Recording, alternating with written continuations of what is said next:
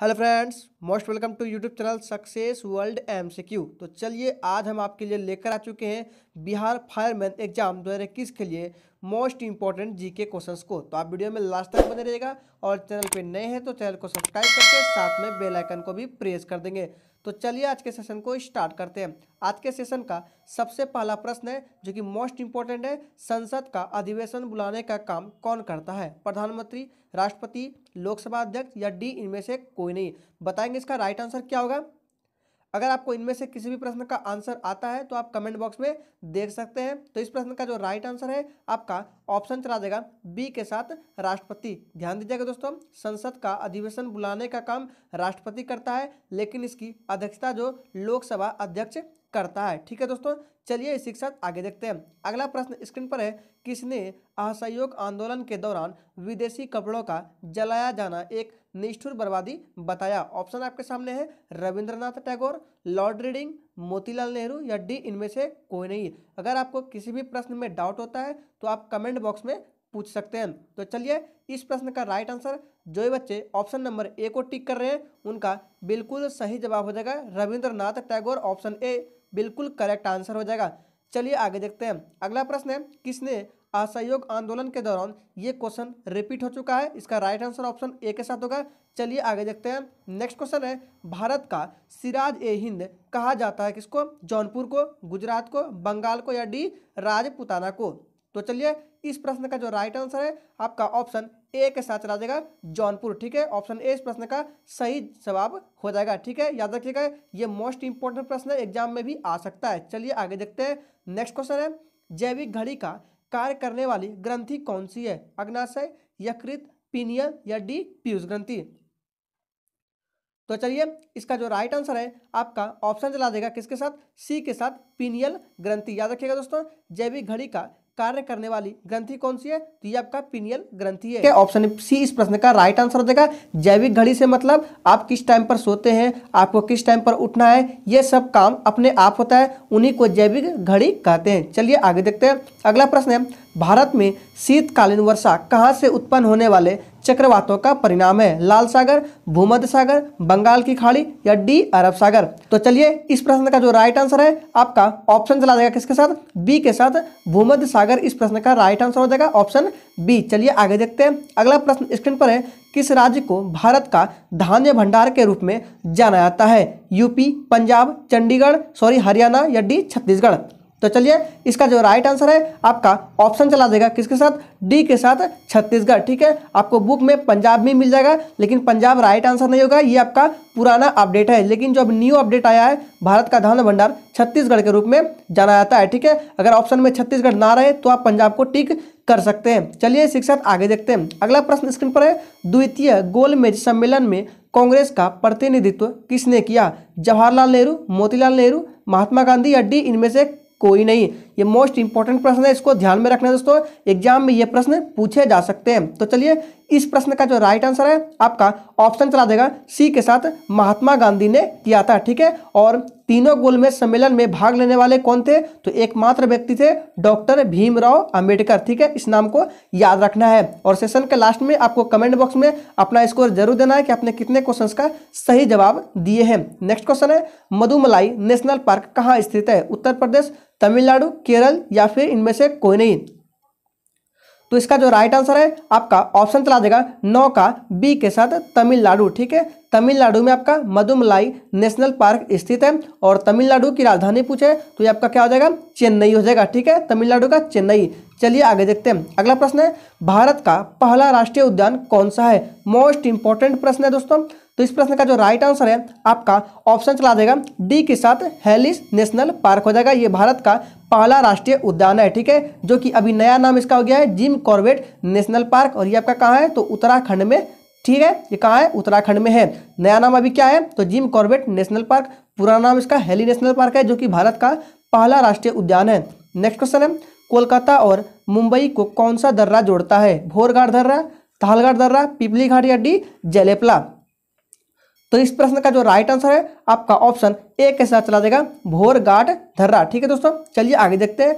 अगला प्रश्न, सर्वप्रथम भारत में तोप खाने का प्रयोग किसने किया? बाबर, अकबर, राणा संगा या D Ibrahim Lodi. Most important प्रश्न ये भी है, तो इसको भी ध्यान में रखना है। अगर आपको ये सेशन अच्छा लग रहा है तो प्लीज सभी लोग सेशन को लाइक कर देंगे। तो चलिए इसका जो सही जवाब है आपका ऑप्शन चला देगा ए के साथ बाबर ने किया था। ठीक है दोस्तों, और आपको बताना है कि किस युद्ध में बाबर ने प्रथम तोपखाने का प्रयोग किया था। आपको कमेंट बॉक्स में आंसर देना है। नेक्स्ट क्वेश्चन है, किसने दिल्ली में हुमायूं का मकबरा बनवाया?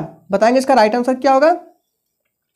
तो चलिए इस प्रश्न का जो सही जवाब है आपका ऑप्शन चला देगा किसके साथ, 13 का हो जाएगा बी। ठीक है, हाजी बेगम या हमीदा बानो को क्या कहा जाता है? इन्होंने ही दिल्ली में हुमायूं का मकबरा बनवाया था। ऑप्शन बी इस प्रश्न का राइट आंसर हो जाएगा। ठीक है, ऑप्शन ए कभी होगा ही नहीं। ठीक है दोस्तों, नेक्स्ट क्वेश्चन है, किस बंदरगाह को भारत का प्रवेश द्वार कहा जाता है? मुंबई, कोच्चि, कांडला या डी कोलकाता। इस प्रश्न को भी आपको ध्यान में रखना है। ठीक है दोस्तों, जिस प्रश्न में स्टार लगा है उसको विशेष रूप से आपको ध्यान में रखना है, क्योंकि ये डायरेक्ट आपके एग्जाम में पूछे जा सकते हैं। तो इस प्रश्न का जो सही जवाब है आपका ऑप्शन चला देगा ए के साथ मुंबई। ठीक है, याद रखिएगा, मुंबई बंदरगाह को भारत का प्रवेश द्वार कहा जाता है। चलिए आगे देखते हैं।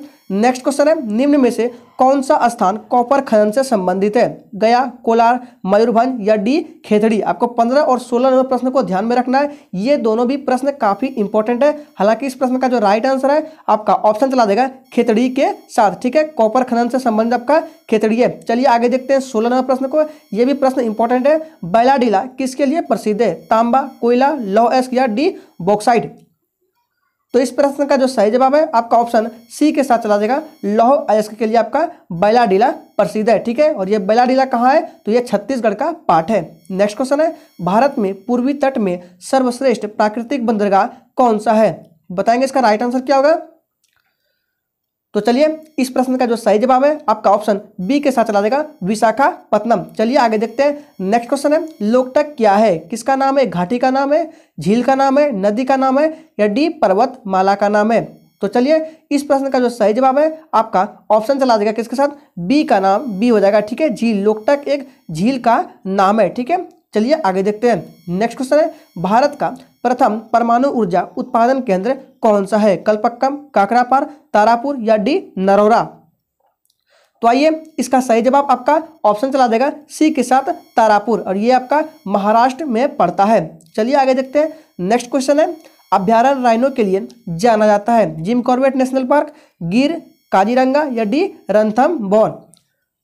तो आइए इस प्रश्न का सही जवाब आपका ऑप्शन सी के साथ चला देगा, काजीरंगा नेशनल पार्क। ठीक है, अभ्यारण्य राइनो से मतलब आपका हो गया एक सींग वाले गेंडे के लिए कौन सा राष्ट्रीय उद्यान है? तो आपका काजीरंगा है, और ये आपका असम में है। ठीक है, किस राज्य में? असम में है। असम की राजधानी दिसपुर हो जाएगा।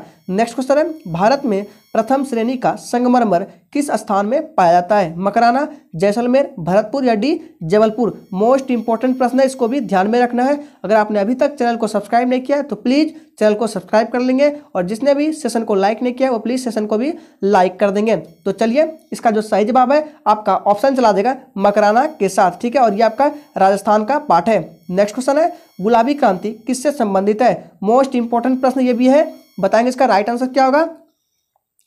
तो चलिए इसका जो सही जवाब है आपका ऑप्शन चला देगा झींगा उत्पादन से। ठीक है, ये जो झींगा है एक प्रकार की मछली का नाम है। ठीक है, तो गुलाबी क्रांति आपका झींगा उत्पादन से संबंधित है, और ये जो आपका टमाटर उत्पादन है ये आपका लाल क्रांति से संबंधित है। ठीक है, चलिए आगे देखते हैं। नेक्स्ट क्वेश्चन है, जजिया कर पहली बार ब्राह्मणों पर किसने लगाया था? ये भी काफी इंपॉर्टेंट प्रश्न है, इसको ध्यान में रखना है दोस्तों। मोहम्मद बिन तुगलक हो जाएगा, बलबन हो जाएगा, फिरोज शाह या डी औरंगजेब।